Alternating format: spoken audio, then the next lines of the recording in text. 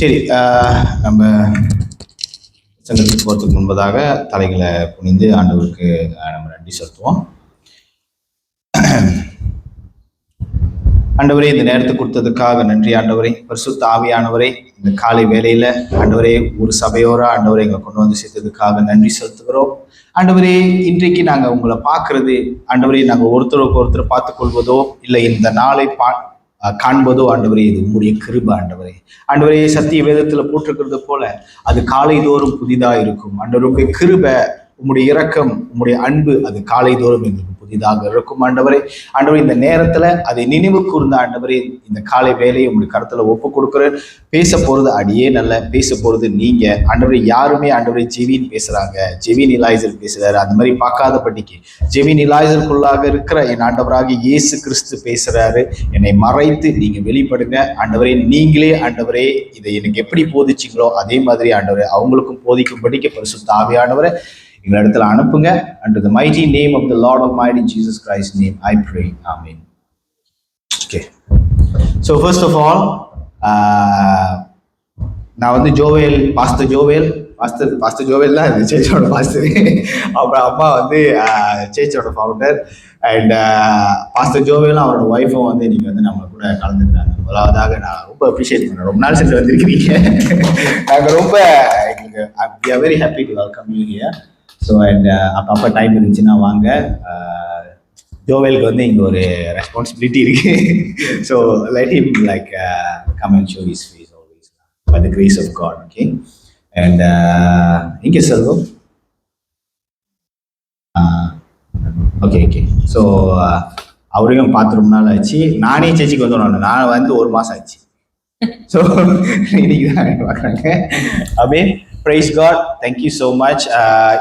Aunty Saroja, Krishnan வந்து முந்திலேருந்தே நம்ம அந்த பழைய சர்ச்சிலேருந்து ஜோசுவா அந்த பழைய சர்ச்சிலேருந்து நம்மளுக்கு தெரியும். ஸோ அவங்களும் வந்ததுக்காக நான் ரொம்ப நன்றி செலுத்துகிறேன். எக்ஸ்பெக்ட் பண்ணல. So like but thankfully God has blessed us with this deal. Okay. So இன்னைக்கு நான் உங்ககிட்ட பேசுறதுக்கு எடுத்த காரியம் என்னன்னா, மறைவிடம், ஹைடிங் பிளேஸ். உங்க ஹைடிங் பிளேஸ் எங்க தலை? உங்க ஹைடிங் பிளேஸ் எங்க?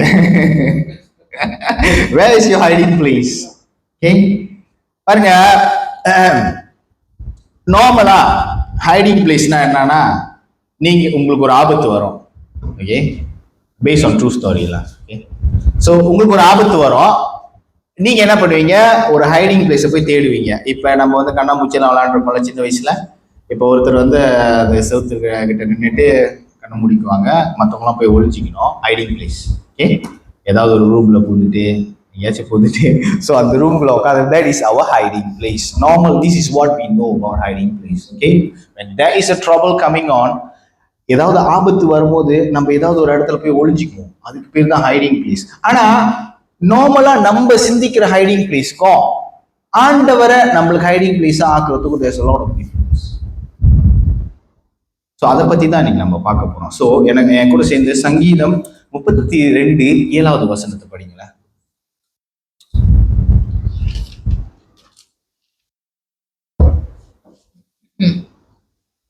நீர் எனக்கு மறைவிடமாய் இருக்கிறீர், என்னை நீர் இக்கட்டுக்கு விலக்கி காத்து இரட்சணிய பாடல்கள் என்னை சூழ்ந்து கொள்ளும்படி செய்வீர்.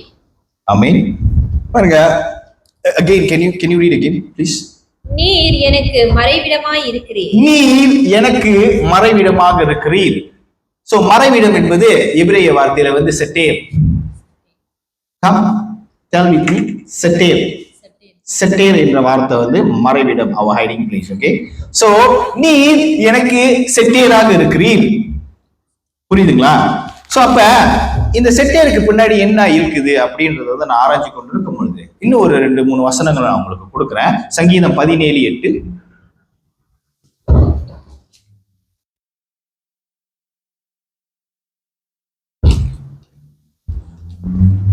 கண்மணியை போலே என்னை காத்தருளும்.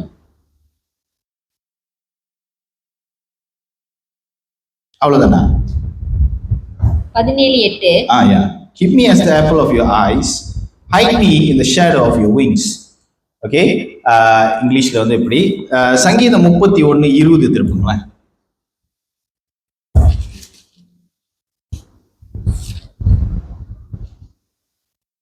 மனுஷனுடைய அகங்காரத்துக்கு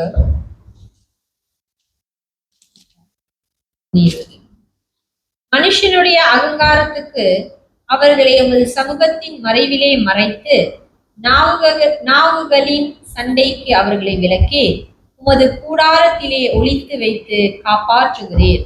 ஆமென். பாருங்க, இந்த தாவீது எப்போதுமே இப்படிதான் வந்து அவர் சங்கீதத்தை எழுதிட்டே இருப்பாரு. நீங்க மறைக்கிறீங்க, நீங்க பாதுகாத்துக்கிறீங்க, you are my fortress, you are my shelter, you are my this one, you are my that one. I was very surprise when I was reading everything, because நம்ம சின்ன வயசுல இருந்து பைபிள் படிக்கிறதுனால மோஸ்ட்லி வந்து நாங்க என்ன பண்ணுவோம்னாக்கா, நாங்க அந்த சங்கீதத்தை எடுத்து படிச்சு ஸ்கூல் ஓடிடுவோம்.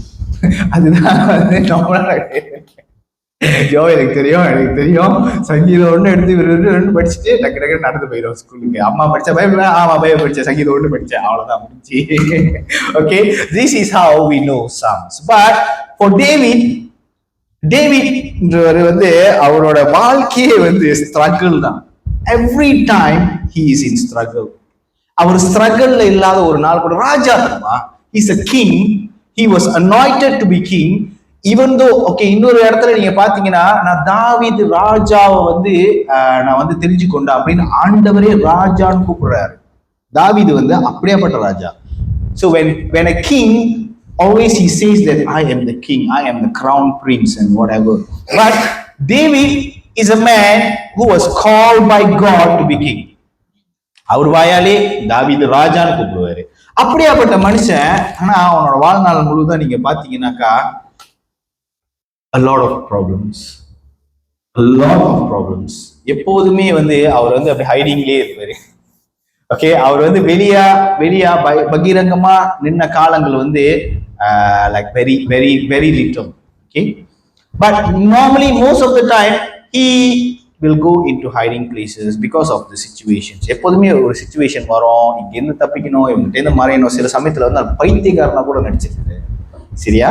சோ தாவீதோட வாழ்க்கை வரலாறுலாம் நான் பார்க்கும்போது பாருங்க, ஒரு மனுஷன் அந்த மாதிரி ஒரு சூழ்நிலையில இருந்துகிட்டு ஆண்டவரை பார்த்து, நீங்க என்னோட மறைவிடம், நீங்க என்னோட fortress, you are my refuge, you are my fortress, my God in whom I trust. How can a man say this? Okay, let's say if me and you, நம்ம இப்ப ஒரு பேச்சுக்கு வச்சுக்கோமே, நானும் நீங்களும் வந்து இந்த சூழ்நிலையில இருந்தோம்னா, நம்ம எத்தனை தடவை வந்து ஆண்டவரை பார்த்து, நீங்க என்னோட மறைவிடம், நான் உங்களுக்குள்ள தான் ஒளிஞ்சிருக்கிறேன், நான் உங்க கூட தான் இருக்கிறேன் அப்படின்றது வந்து நம்ம எத்தனை வாட்டி சொல்லியிருப்போம்? How many times, right? But this man David, I was very impressed when he said that you are my shelter. நீங்க வந்து என்னோட மறைவிடம் அப்படின்னு சொல்லும்போது நான் எனக்கு ஏன்னா என்னோட some part of my life is correlated to this. Okay, என்னோட வாழ்க்கையில சில பகுதிகள் வந்து இதோட சம்பந்தப்பட்டிருக்கிறதுனால மறைவிடம் என்னன்றது வந்து எனக்கு உணர்றதுக்கு ஒரு வாய்ப்பு கொடுத்துருக்கு. ஆண்டவர் பரிசுத்த ஆவியானவர் எனக்கு ஒரு வாய்ப்பு கொடுத்தாரு. என்னன்னாக்கா, நான் ஒரு சில பிரச்சனைகள் இருந்தப்ப நான் என்ன நினைச்சேன்னா, நான் ஓடி போய் எங்கேயாச்சும் வெளிநாட்டுல போய் நான் செட்டில் ஆயிடணும், I need to go somewhere, எங்கேயாச்சும் போகணும், எங்கேயாச்சும் போகணும். பாருங்க, நான் அந்த மாதிரி யோசிச்சுக்கிட்டு இருக்கிற அந்த சூழ்நிலையில என்ன நடந்துச்சுன்னாக்கா, கோவிட் வந்துருச்சு. கோவிட் வந்தோடனே எல்லா இடத்துலையும் லாக்டவுன் போட்டானுங்க. சரியா?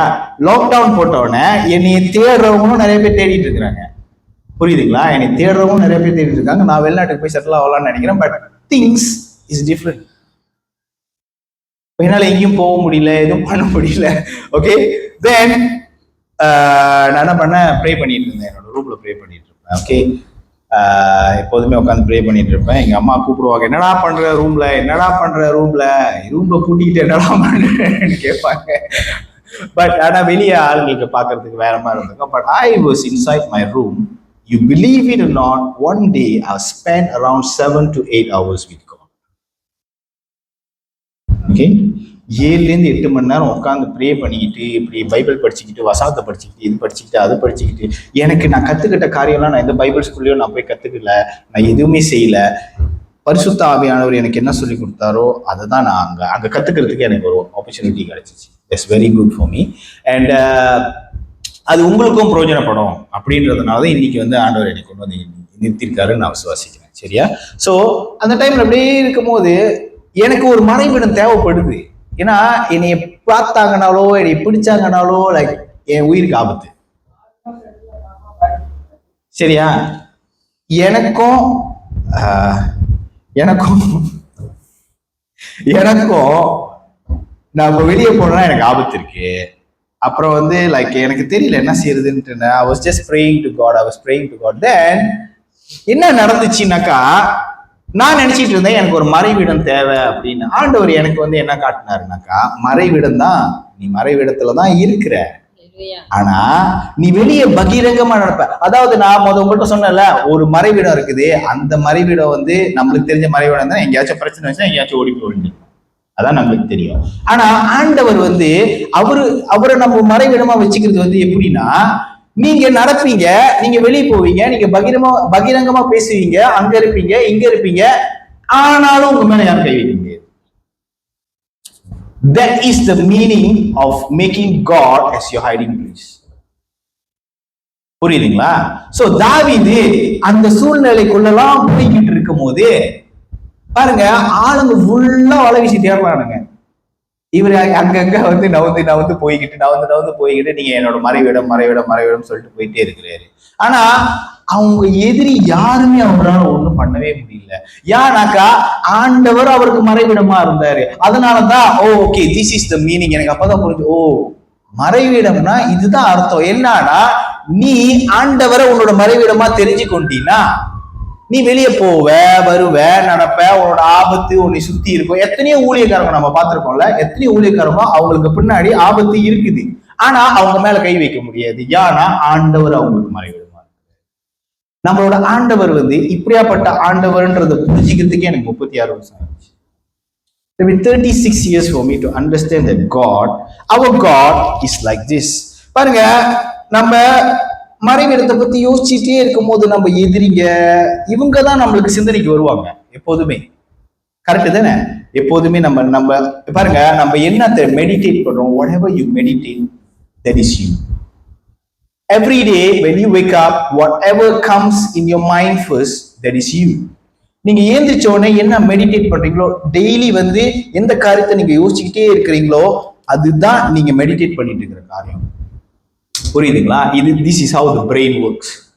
அப்ப நம்ம ஏந்திரிச்ச உடனே நம்ம ஆண்டவரை நம்மளோட மறைவிடமா, ஆண்டவரை நம்மளோட உறைவிடமா அப்படின்னு நம்ம ஆக்கிக்கும் பொழுது how great the day will be.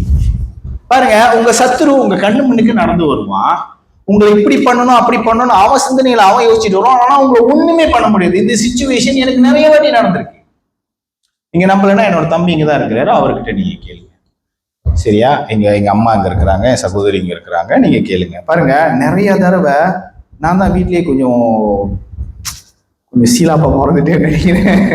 So எனக்கு நிறைய பிரச்சனை இருந்துகிட்டே இருந்துச்சு, எப்போதுமே இருந்துச்சு. But the thing is, when I choose God, He choose to become my hiding place.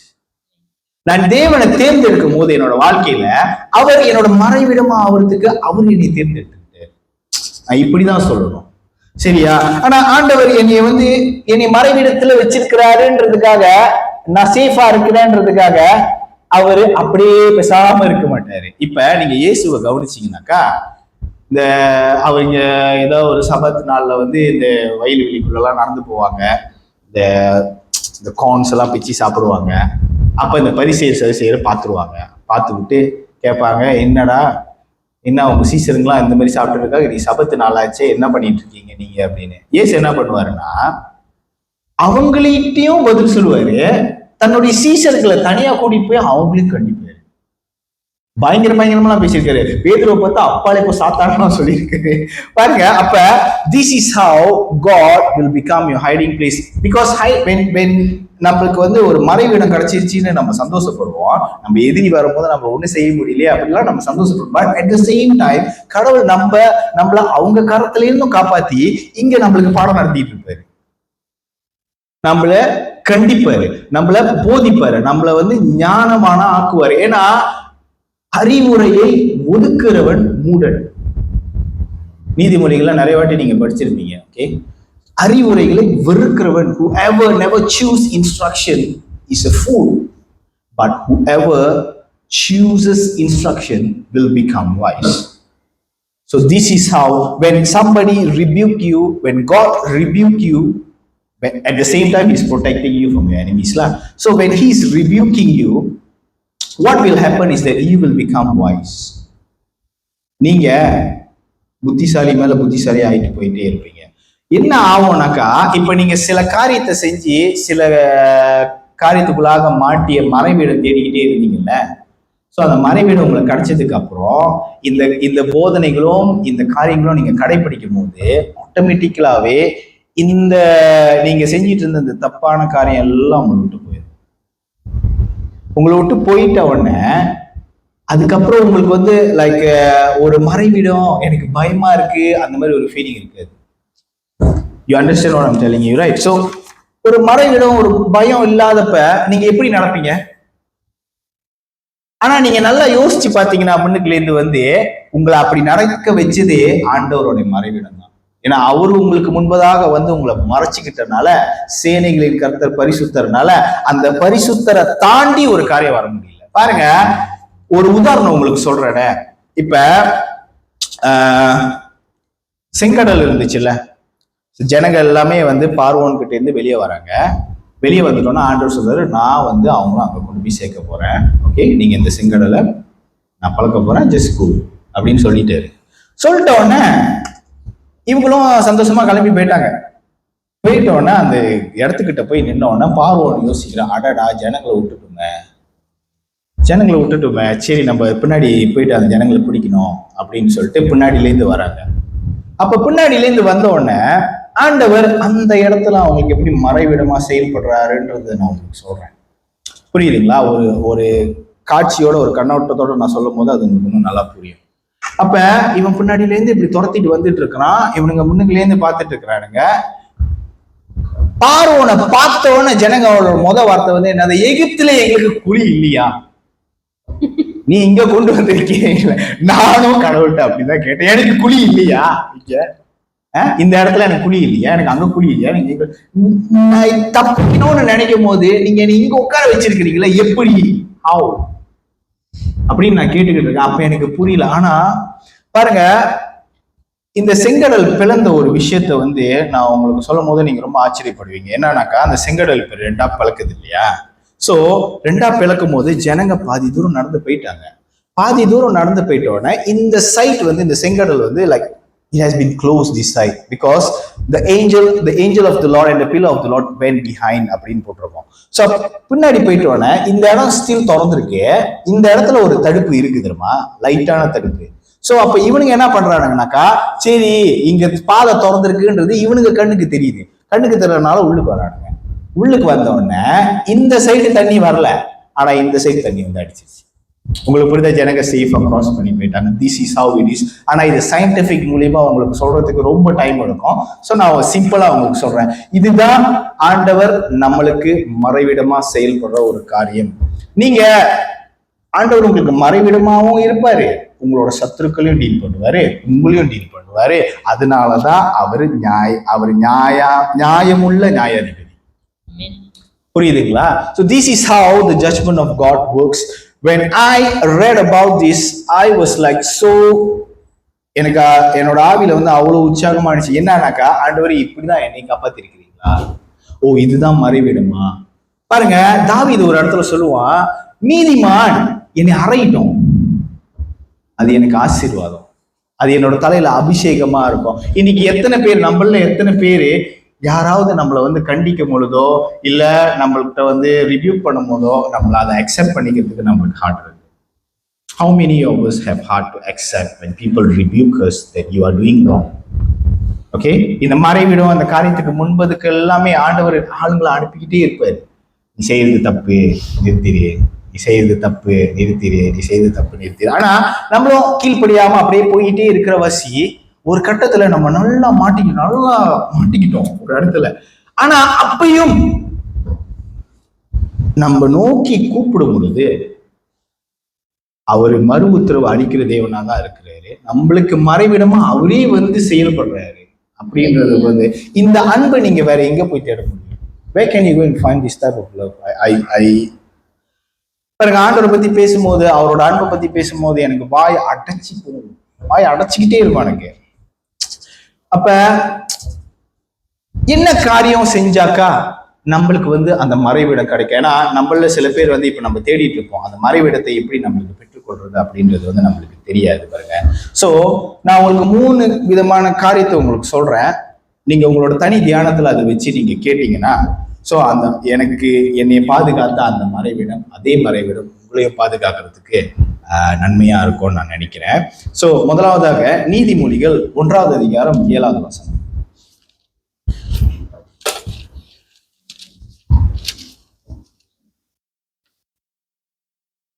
கர்த்தருக்கு பயப்படுதலே ஞானத்தின் ஆரம்பம், மூடர் ஞானத்தையும் போதகத்தையும் அசட்டை பண்ணுகிறார்கள்.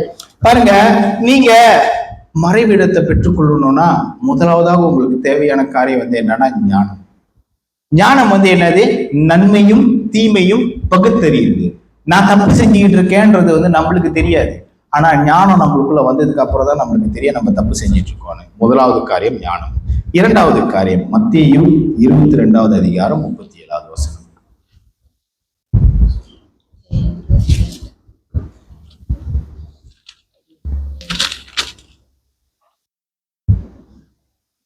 இயேசு அவனை நோக்கி, உன் தேவனாகிய கர்த்தரிடத்தில் உன் முழு இருதயத்தோடும் உன் முழு ஆத்மாவோடும் உன் முழு மனதோடும் அன்பு கூறுவாயாக.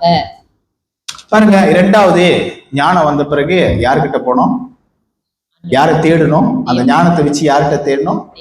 தேவனை தேடணும். தேவனை முதலாவதாக நீங்க வைக்கணும். ஓகே. 3வது யோவான் 15:4.